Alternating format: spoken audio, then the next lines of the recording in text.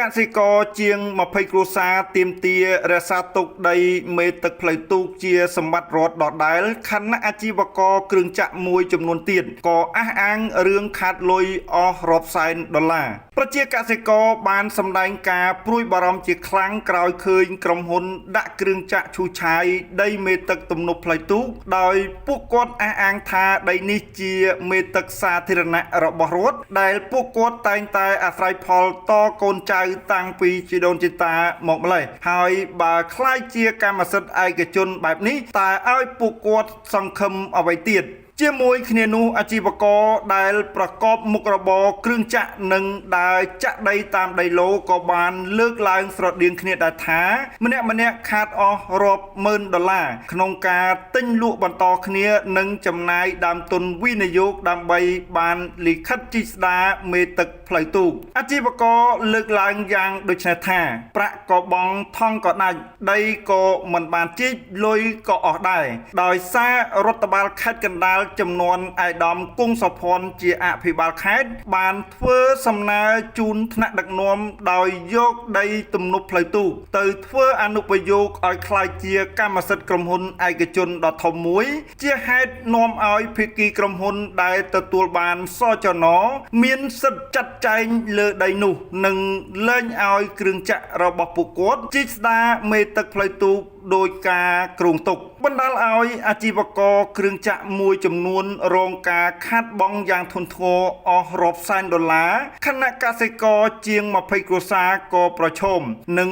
លែងមានទឹកសម្រាប់ស្រោចស្រពផលកសិកម្មដូចមុនករណីនេះលោកមេឃុំថ្លែងថារូបលោកពុំបានដឹងទេពាក់ព័ន្ធការសិក្សាស្រាវជ្រាវអំពីផលប៉ះពាល់មុនធ្វើរបាយការណ៍ជូនថ្នាក់ដឹកនាំក្នុងការយកដីទំនប់ផ្លូវទូកមកធ្វើអនុប្រយោគឲ្យក្លាយជាកម្មសិទ្ធិក្រុមហ៊ុនឯកជនសូមបញ្ជាក់ថាដីទំនប់ផ្លូវទូកទំហំជិត39ហិកតាស្ថិតនៅភូមិក្រូចសើចនិងភូមិពុកឫស្សីលើឃុំពុកឫស្សីស្រុកសាច់កណ្ដាលខេត្តកណ្ដាលរួមនឹងដីចំនួន3កន្លែងទៀតក្នុងភូមិសាស្ត្រស្រុកសាច់កណ្ដាលនិងស្រុកមុខកំពូលត្រូវរាជរដ្ឋាភិបាលសម្រេចធ្វើអនុប្រយោគឲ្យក្លាយជាកម្មសិទ្ធិក្រុមហ៊ុន TP Mora Group ឯកជាថ្នូរនឹងការសាងសង់ច្រាំងទន្លេសួនច្បារក្រុងតាខ្មៅវិមានឈ្នះនិងហេដ្ឋារចនាសម្ព័ន្ធផ្សេងៗក្នុងខេត្តកណ្ដាលដោយពន្ធប្រថាប់ត្រានិងពន្ធលើការសាងសង់ផ្សេងៗជាបន្ទប់របស់រដ្ឋនេះបើយោងតាមសចនលេខ116ចុះថ្ងៃទី18ខែកុម្ភៈឆ្នាំ2022របស់ទីស្តីការគណៈរដ្ឋមន្ត្រីក្រោយឃើញសចនបែបនេះស្រាប់តែអាជីវករគ្រឿងចក្រដែលពាក់ព័ន្ធបានថ្លែងហួសចិត្តថាពួកខ្លួនបានរងការខាត់បងយ៉ាងច្រើនដោយម្នាក់អស់រាប់សែនដុល្លារដោយសារទិញលក់បន្តគ្នានិងចំណាយទុនវិនិយោគផ្សេងពាក់ព័ន្ធដីមេទឹកខាងលើដើម្បីមានសិទ្ធិជីកស្ដារនិងស៊ីញេដោយឯកឧត្តមគង់សុភ័ណ្ឌអតីតអភិបាលខេត្តកណ្ដាលបើតាមអាជីវករគ្រឿងចក្រការខាត់បងរបស់ពួកខ្លួនមូលហេតុមកពីរដ្ឋបាលស្រុកនិងខេត្តកណ្ដាលនៅពេលនោះពុំបានធ្វើការដោះស្រាយឲ្យដាច់ស្រេចឬសិក្សាពីផលប៉ះពាល់ជាមុនសិនចាំធ្វើរបាយការណ៍ទៅថ្នាក់ដឹកនាំដើម្បីសុំអនុប្រយោគតាមក្រោយផ្ទុយទៅវិញស្ងាត់ស្រាប់តែមានសចនធ្វើអនុប្រយោគដោយយកដីមេទឹកផ្លូវទូកមកដោះដូរនិងប្រគល់ឲ្យក្លាយជាកម្មសិទ្ធិក្រុមហ៊ុន TP Mora Group ឯកយ៉ាងប្រងើយដូចគ្មានរឿងអ្វីសោះក្នុងនោះក្រោយទទួលបានសចនពីរាជរដ្ឋាភិបាលក្រុមហ៊ុន TP Mora Group ឯកក៏បានធ្វើបានកម្មសិទ្ធិប្លង់រឹងនិងបានលក់បន្តឲ្យក្រុមហ៊ុនមួយទៀតបាត់ទៅហើយជាក់ស្ដែងគ្រឿងចក្រដែលបានឈូសឆាយរុញព្រៃក្នុងមេទឹកផ្លូវទូកកាលពីកន្លងទៅថ្មីនេះគឺម្ចាស់ដីដែលទិញក្រោយនេះឯងពុំមែនជាគ្រឿងចក្ររបស់អាជីវករដែលចំណាយលុយវិនិយោគជីកស្ដារនោះឡើយជាមួយគ្នានេះកសិករជាង20គ្រួសារដែលមានដីនៅជុំវិញមេទឹកទំនប់ផ្លូវទូកបានបញ្ជាក់ថាតាំងពីដូនតារហូតដល់បច្ចុប្បន្នពួកគាត់តែងតែអាស្រ័យផល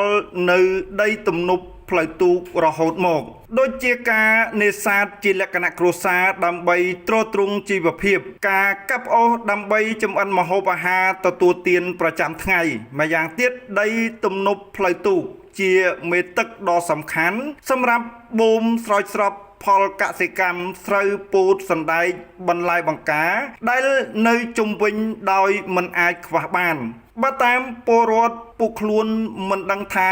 គេធ្វើអនុប្រយោគឬធ្វើអ្វីនោះទេសំខាន់ដីមេទឹកដែលធ្លាប់អាស្រ័យផលគឺដឹងតែបន្តអាស្រ័យផលរហូតហើយកន្លងមកពួកគាត់មានតែស្នើឲ្យជីកស្ដារមេទឹកឲ្យជ្រៅដើម្បី